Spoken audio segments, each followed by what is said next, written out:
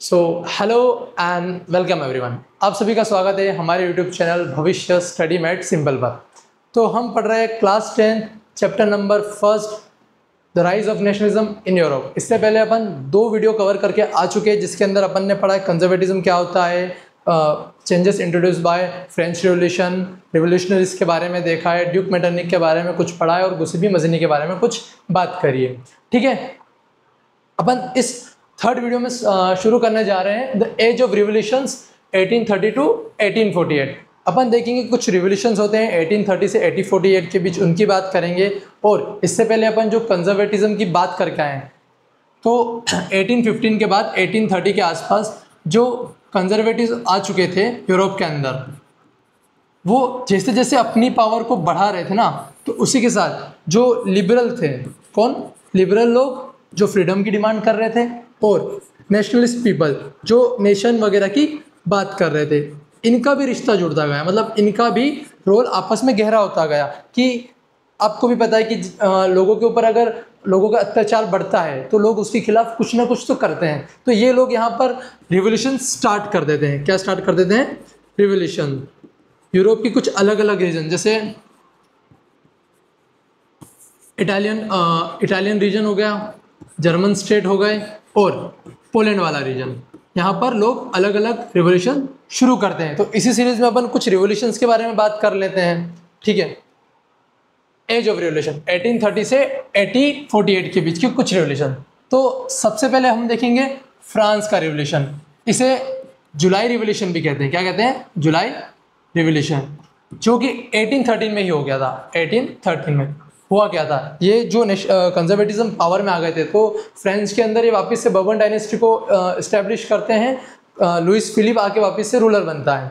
ठीक है, तो रिवोल्यूशनरीज उसके खिलाफ रिवोल्यूशन करके उसे बर्बन डायनेस्टी को वहाँ पर क्या कर देते हैं?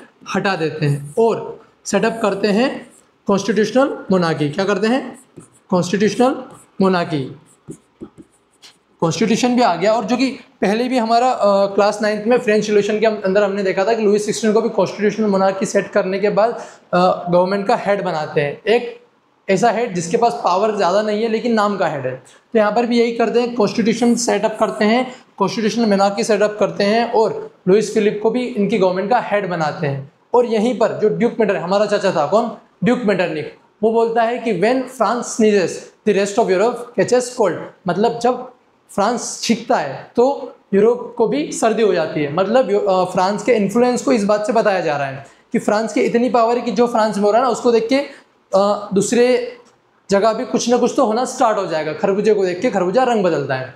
ठीक है, तो सेम बात सही निकलती है। और बेल्जियम में भी रिवोल्यूशंस होना स्टार्ट हो जाते हैं। ब्रसल्स के अंदर होता क्या है, बेल्जियम जो था यूनाइटेड किंगडम ऑफ नेदरलैंड का पार्ट होता है। तो यहाँ का रिवोल्यूशन होने के बाद इसके एक स्पार्क इसको बेल्जियम को भी अलग कर देती है और बेल्जियम भी एक सेपरेट इंडिपेंडेंट कंट्री बन के निकलता है यूनाइटेड किंगडम ऑफ नेदरलैंड से अलग होने के बाद। इसी समय इसी के बाद ग्रीस की बात करते हैं। होता क्या है 15th सेंचुरी में, कब? 15th सेंचुरी में जो ग्रीस है ना, वो ऑटोमन एम्पायर का पार्ट होता है। ऑटोमन एम्पायर का बेसिकली रूलर होता है यहाँ पर मुस्लिम कम्युनिटी से, और जो वहाँ के पीपल है वो ग्रीक पीपल है। तो ये जो रिवोल्यूशंस की बात हो रही थी, इससे यहाँ के लोगों को भी अपने नेशनल सेंटिमेंट जगाने का मौका मिलता है। ये इन लोगों के भी अंदर के भाव जागृत होते हैं और ये लोग भी रिवोल्यूशन को स्टार्ट कर देते हैं। तो 1821 में, कब? 1821 में इनका स्ट्रगल स्टार्ट होता है अगेंस्ट द ऑटोमन एम्पायर। ठीक है, मुस्लिम लीडर, इनका स्ट्रगल स्टार्ट होता है। इन लोगों को वेस्ट यूरोपियन से भी हेल्प मिलती है और वो ग्रीक पीपल जो एग्जाइल में थे उनसे भी हेल्प मिलती है और उनका रिवोल्यूशन आगे बढ़ता है। यहाँ पर बीच में बात निकल के आती है एक इंग्लिश पोइट की जिसका नाम है लॉर्ड बायरन। लॉर्ड बायरन जो है इंग्लिश पोइट, लॉर्ड बायरन जो है वो इन लोगों को हेल्प करते हैं, इनके लिए फंड ऑर्गेनाइज करते हैं, खुद वॉर में भी जाते हैं, इनके खिलाफ खुद लड़ाई भी करते हैं। और 1824 में ड्यू टू फीवर इनकी क्या हो जाती है? डेथ। स्ट्रगल चलता है, काफ़ी लंबा चलता है और बाद में जाकर 1832 में एक ट्रीटी होती है, ट्रीटी ऑफ कॉन्स्टेंटिनोपल। इसके अंदर ग्रीस को एक इंडिपेंडेंट स्टेट का दर्जा मिल जाता है। मतलब ट्रीटी ऑफ कॉन्स्टेंटिनोपल के बाद ग्रीस को भी एक इंडिपेंडेंट स्टेट रिकॉग्नाइज करा जाता है। ठीक है, अब बात करते हैं कल्चर रोल इन नेशनलिज्म। क्या आपको भी यही लगता है कि जो नेशनलिज्म की बात है वो सिर्फ वॉर और टेरिटोरियल एक्सपेंशन इन दो तक ही सीमित है क्या? नहीं, ऐसा नहीं। इसके अंदर एक और इम्पोर्टेंट चीज़ थी, कल्चर। क्या थी? कल्चर, जिसके अंदर लैंग्वेज आ गई, फोक आर्ट, फोक डांस, उनकी जो कल्चरल चीज़ें वो सब आ गई। तो इसी के अंदर अपन बात करेंगे रोमांटिसिज्म की। रोमांटिसिज्म होता क्या है? रोमांटिसिज्म समझ के गुलाबी दिल वगैरह मत इमेजिन करने लग जाना। ये एक कल्चरल मूवमेंट था। जो रोमांटिसिज्म था वो क्या था? एक कल्चरल मूवमेंट। क्या था? एक कल्चरल मूवमेंट जो कि लोगों के अंदर डेवलप करता है क्या? नेशनल सेंटिमेंट को, जो कि लोगों के अंदर डेवलप कर रहा था नेशनल सेंटिमेंट को। समझना इस बात को। अब लोगों के अंदर उनका फोक कल्चर है, उनकी जो स्टोरीज है, उनकी जो पोइट्री है, उनको मतलब कहानियाँ सुना के ये बताया जा रहा है, उनके अंदर ये फीलिंग जागृत की जा रही है कि तुम भी नेशनलिज्म की चीज़ों को बढ़ावा दो, तुम भी इस चीज़ को समझो। ठीक है, तो जो ये रोमांटिसिज्म के लोग थे, ये बेसिकली क्रिटिसाइज करते थे रीज़न और साइंस को। किसको? रीज़न और साइंस को। मतलब साइंटिफिक बातों से इनका लेना देना नहीं था, ये क्रिटिसाइज करते थे रीज़न और साइंस को। तो फोकस किस पे करते थे? तो बेसिकली ये फोकस करते थे फीलिंग्स, इमोशंस और इंट्यूशन और माइस्टिकल फीलिंग्स वगैरह सब कुछ। मतलब इनका सोचना ये था कि हम हमारे कल्चर को लोगों के पास लेके जाते हैं, स्टोरीज बताते हैं, उनके लिए फोक सॉन्ग गा के बताते हैं उनको, उनके अंदर एक कलेक्टिवनेस की फीलिंग्स को डेवलप करते हैं। और मेन इनका ऑब्जेक्टिव यही था कि जो कल्चर है वो क्या बने? वो बेसिस बने इनके नेशनलिज्म का। कल्चर क्या बने? बेसिस बने इनके किसका? नेशनलिज्म का। ठीक है, कि लोग सिर्फ वॉर और टेरिटोरियल एक्सपेंशन तक ही नहीं, जबकि कल्चरली भी एक दूसरे से जुड़े, जिससे उनके अंदर एक वननेस की फीलिंग बढ़ेगी और लोग आपस में एक साथ ज़्यादा कनेक्ट कर पाएंगे उस चीज़ को। तो ओवरऑल समझा जाए तो जो कल्चर ये रोमांटिसिज्म था, ये एक कल्चर मूवमेंट था उन लोगों को आपस में जोड़ने के लिए, जिससे क्या हो, उनके बीच एक नेशनलिज्म की फीलिंग बन पाए और वो रिवॉल्यूशन को आगे बढ़ा पाए या फिर रिवॉल्यूशन स्टार्ट कर पाए। ठीक है, तो इसी फीलिंग को बढ़ाने के लिए एक German philosopher John Gottfried header. कौन थे जॉन गॉटफ्राइड हेडर? एक जर्मन फिलोसोफर। वो अपने विचार व्यक्त करते हैं, वो इसके अंदर एक अपनी बात कहते हैं। वो कहते हैं जो ट्रू जर्मन कल्चर है, क्या ट्रू जर्मन कल्चर है, वो वहाँ के लोगों के बीच है। जो ट्रू जर्मन कल्चर है वो वहाँ के किसके बीच है? कॉमन पीपल, वहाँ के लोगों के बीच है, ना कि राजा में है या फिर किसी एक चीज़ में है, किसी में नहीं। वहाँ जो लोग हैं ना उनके बीच है। मतलब लोगों को अपने एक वननेस की फीलिंग के बारे में यहाँ पे बता रहा है कि जो कल्चर है उन कॉमन पीपल के अंदर है, और उसी को ही दास वोक कहा गया है। इसके बाद वो बात करते हैं कि जो फोक स्टोरी, डांस, ड्रामा और पोइट्री है, और पोइट्री जो है ये सब ट्रू स्पिरिट है किसकी? कल्चर की, ट्रू स्पिरिट ऑफ कल्चर। और इसी को वॉक्सगिस्ट कहते हैं हमारे German philosopher John Gottfried header. वो इस तरीके से लोगों के अंदर नेशनलिज्म की फीलिंग को बढ़ाने की कोशिश करते हैं। ठीक है, फोक सॉन्ग, फोक डांस, फोक बेसिकली बच्चों के मन में एक डाउट आता है कि क्या फोक क्या नहीं समझ पाते बच्चे, उसके लिए folk song is a traditional song created and sung by common people of a country, वहाँ के लोगों के द्वारा, और वो शो करता है उनके कल्चर को, उनकी फीलिंग्स को, उनकी स्टोरीज, डेली लाइफ, और usually pass down from one generation to another generation.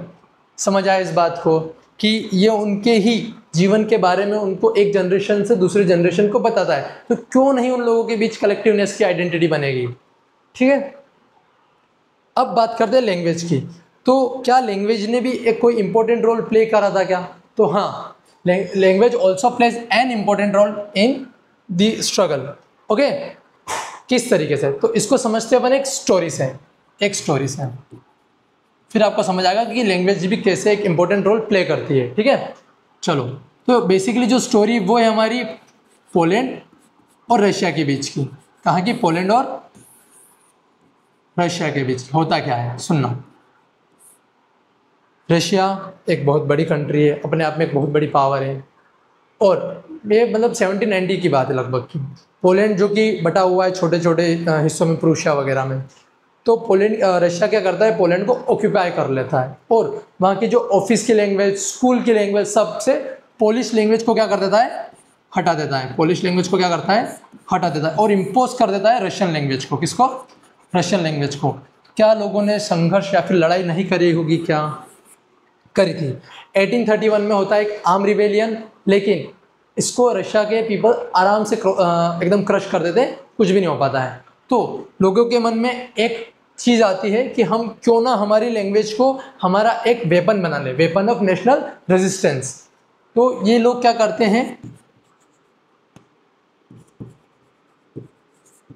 Language को बनाते हैं weapon of national resistance.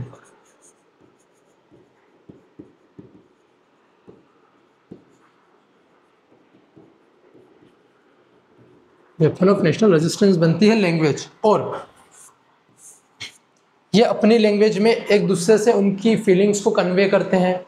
Church वगैरह में इकट्ठा होते हैं, गैदरिंग्स करते हैं, रिलीजियस इंस्ट्रक्शन अपनी लैंग्वेज में देते हैं, और अपनी एक आइडेंटिटी को जिंदा रखने की कोशिश करते हैं या फिर आगे बढ़ाने की कोशिश करते हैं। लैंग्वेज का सहारा लेकर ये लोगों में कलेक्टिवनेस की फीलिंग को लेकर आने की कोशिश करते हैं, और आखिरकार लास्ट में ये इनके खिलाफ जीत तो नहीं पाते, लेकिन जो रशियन डोमिनेंस होती ना, उसके खिलाफ एक सिंबल हो जाता है कि ये रशियन डोमिनेंस को एक्सेप्ट नहीं करेंगे, और अपनी लैंग्वेज को लेकर ये अपने बीच एक वननेस की आइडेंटिटी बनाएंगे और इनके खिलाफ स्ट्रगल को जारी रखेंगे। तो आप ओवरऑल इस चीज़ को ये भी समझ सकते हो कि जब कोई बड़ी पावर एक छोटी पावर को ऑक्यूपाई करती है, तो उनकी लैंग्वेज को हटाकर अपनी लैंग्वेज उन पर थोपना चाहती है, और उनका बताना, उनका कल्चर ख़त्म करना चाहती है। तो यहाँ लोग अपनी लैंग्वेज को जिंदा रखकर आपस में कम्युनिकेशन सेटअप करके अपनी पावर को बढ़ाते हैं, और उसके खिलाफ स्ट्रगल करते हैं, और अपनी आइडेंटिटी को बचाने की कोशिश करते हैं। ये भी एक तरीके का रिवोल्यूशन या फिर स्ट्रगल है। ठीक है, अब बात करते हैं hunger, hardship and popular revolt की। होता क्या है, 2 ईयर मैंने आपको बताया, 1830 और 1848। बच्चे भूल जाते हैं, तो इस चीज़ को याद रखने के लिए मैंने आपको समझाया। देखो सुनना, होता क्या है, 1813 में यूरोप में कहीं कहीं जगह इकोनॉमिक हार्डशिप आती है। क्या आती है? Economic hardship. वही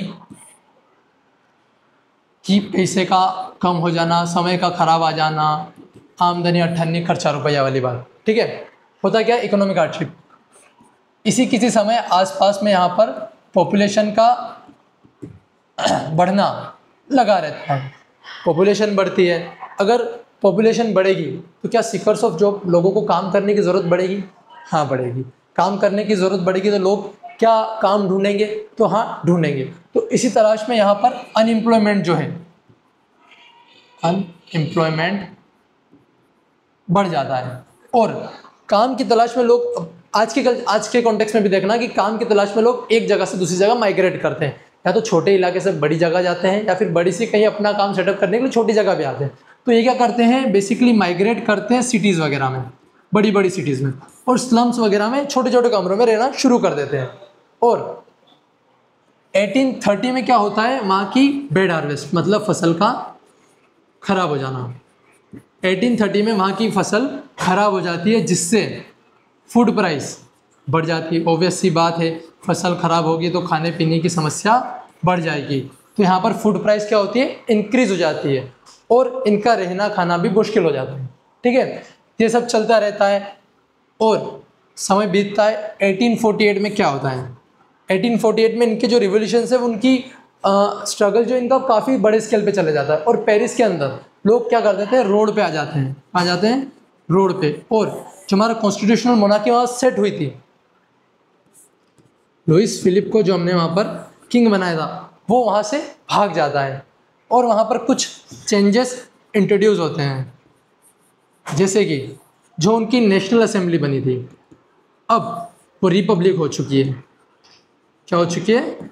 रिपब्लिक। रिवोल्यूशन हो गया, चेंजेस आ गए, रिपब्लिक हो चुकी है। और रिपब्लिक के लिए उनको राइट टू वोट लाए, राइट टू वोट लाए, एज लिमिट रखी उन्होंने 21। और यहाँ पर लोगों को काम करने के लिए राइट टू वर्क भी मिला। क्या मिला? वर्क भी मिला। तो आपने इस वीडियो के अंदर ये समझा कि सिर्फ वॉर और टेरिटोरियल एक्सपांशन से ही नेशनलिज्म की फीलिंग को जिंदा नहीं रख सकते, कल्चर का भी इसमें एक इम्पोर्टेंट रोल है, जिसके अंदर आपने नेशनलिज्म, रोमांटिसिज्म की बात करी, उसके बाद फोक डांस, फोक स्टोरी, फोक ड्रामा, कैसे वहाँ के आर्टिस्ट वगैरह ने उनके अंदर वो जिंदा रखा, उनकी आइडेंटिटी को बचा के रखा, लैंग्वेज का रोल समझा। और इसी तरीके से हम आगे बढ़ते हैं और देखते हैं रिवोल्ट ऑफ सिलेसिया 1845 होता क्या है। सीरीज रिवोल्ट की सीरीज स्टार्ट हो चुकी है, एक के बाद एक रिवोल्ट होना शुरू हो चुके हैं। 3 आप देख के आ चुके हो, जुलाई रिवोल्यूशन देख के आ चुके हो, बेल्जियम का देख के आ चुके हो, उसके बाद आपने देखा था ग्रीक वॉर ऑफ इंडिपेंडेंस। अब रिवोल्ट ऑफ सिलेसिया 1845 की बात है। जो सिलेसिया एक जर्मन एरिया है, एक जर्मन एरिया है, जर्मन विलेज है। वहाँ के जो लोग हैं उनका मेन काम वीविंग का है, वीवर्स है, वहाँ पर कारीगर है, बुनकर है, कपड़ों के बुनकर अपनी रोजमर्रा की ज़िंदगी चलाते हैं। तो उनका जो मेन कॉन्टेक्ट होता है वो होता है कॉन्ट्रैक्टर से, जो उनको रॉ मटेरियल वगैरह सप्लाई करता है। अब ये जो कॉन्ट्रैक्टर की मस्ती देखना, कॉन्ट्रैक्टर क्या करता है, उनके जो सामान के जो भाव है ना, दाम है ना, उनको भी गिरा देता है, और वो उनको जो रॉ मटेरियल प्रोवाइड कर रहा है उनकी भी वो चार्जेस बढ़ा देता है। तो अब उनके लिए तो कमाने की समस्या आ गई, यहाँ पर उनकी लाइफ हार्डशिप में चली गई, उनकी लाइफ खतरे में चली गई। अब कैसे क्या करें? अच्छे हैं, वर्कर्स क्लास है, काम कर रहे हैं, वर्किंग क्लास है, बेसिकली अपना काम कर रहे हैं, लेकिन इनके भी खिलाफ कुछ ना कुछ गलत हुआ तो ये लोग भी शांतिपूर्ण काम करने के बजाय ये भी अपने प्रोटेस्ट करना स्टार्ट कर देते हैं। तो इसी बीच ये क्या करते हैं, एक कॉन्ट्रैक्टर के घर में जाते हैं, पूरा पब्लिक होता है, वो पब्लिक एग्रेशन में चला जाता है, कॉन्ट्रैक्टर के घर के अंदर जाके तोड़फोड़ वगैरह करते हैं। ठीक है, तोड़फोड़ करते कॉन्ट्रैक्टर भाग जाता है, लेकिन बाद में वहाँ की पुलिस आती है, चीज़ों को सेटअप करती है। लेकिन इस चीज़ से आपको ये सीखने को मिलता है कि जो वर्किंग क्लास थी, जो शांति से अपना काम कर रही थी, अगर उनके खिलाफ भी हार्डशिप वगैरह होती है, मतलब अत्याचार होते हैं, उनको भी अगर जीवन जीने के लिए समस्या आती है, तो वो भी रिवोल्ट कर सकते हैं और वॉयलेंस को अपना सकते हैं। ठीक है, इस बात को हम यहाँ से समझे। 1848 द रिवोल्यूशन ऑफ लिबरल्स। इस वीडियो के लिए इतना ही, ये अपन करेंगे अगली पार्ट 4 में कवर। इसके बाद अपन समझेंगे revolution of liberals, unification of Germany, Italy, then हमारे एंड चैप्टर में आ जाएगा एलिगरी ऑफ नेशन और विजुअलाइजिंग द नेशन की बात है। ठीक है, इस वीडियो के लिए इतना ही। चैनल अगर वीडियो अच्छा लगा हो तो वीडियो को लाइक करो, कमेंट में लिख के अगर नोट्स की ज़रूरत हो तो नोट्स कमेंट करो, और हमसे जुड़ने के लिए चैनल को सब्सक्राइब करो। Thank you.